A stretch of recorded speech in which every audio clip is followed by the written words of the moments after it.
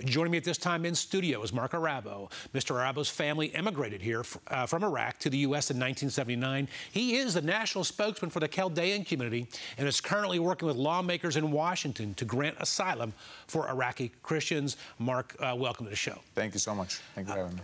1.5 million Christians a little less than 10 years ago. It's down to 400,000. Why do you believe it took so long for the American mainstream media to show any interest in the Christian genocide taking place in Iraq? Well, I can tell you that we've been working on this since 2003. In 2011, we elevated our efforts, and now we've been doing a full court press because this has been a nightmare that's been spanning over 11 years. In 2003, we had 1.5 million people. Today, we have less than 400,000, and the remaining are being systematically targeted, killed, massacred, raped, beheaded. And we sounded this alarm 9 weeks ago. I actually went to Congress and to the State Department and said, this is a full-blown genocide. It's a Christian Holocaust, and the world has a moral obligation to act.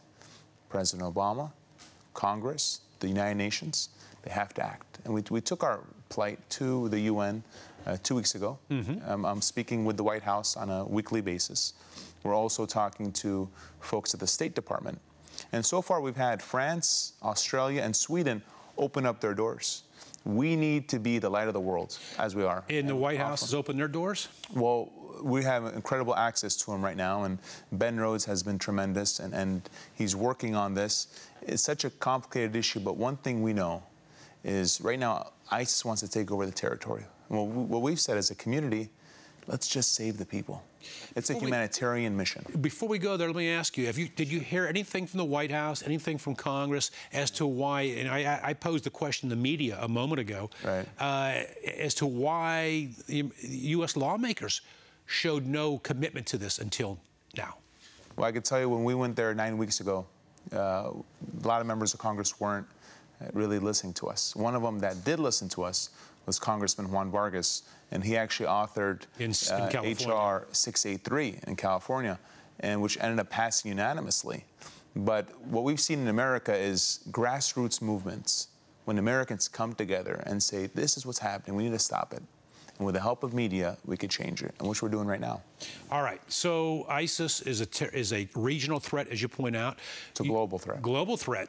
Should the effort of America be focused on Syria or Iraq? Does it matter at this point in terms of stomping out ISIS? Well, right now, ISIS started as a regional conflict.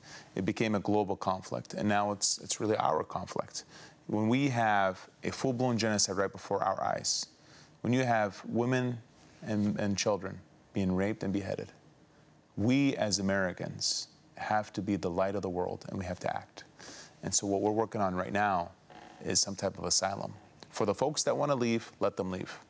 If they want to stay, give them protection. But what we've seen with ISIS, the world hasn't seen a group like this for generations.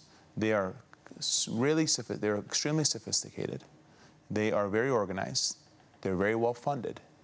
And they want to eradicate Christianity from the region and from the world. And you believe that ISIS, like Chuck Hagel, you believe ISIS is a long-term problem. It's not going to go away in the next 2 years. It's going to be there for the next president to address. I can tell you, the next president of the United States, whether it be Clinton or Rubio, whatever it may be, they are going to have to really face ISIS because it is such a global threat, and they're so organized. We need to do what we can as Americans to make sure nothing happens in our home front. The best thing to protect our national security is a strong foreign policy. Do you still have relatives in Iraq?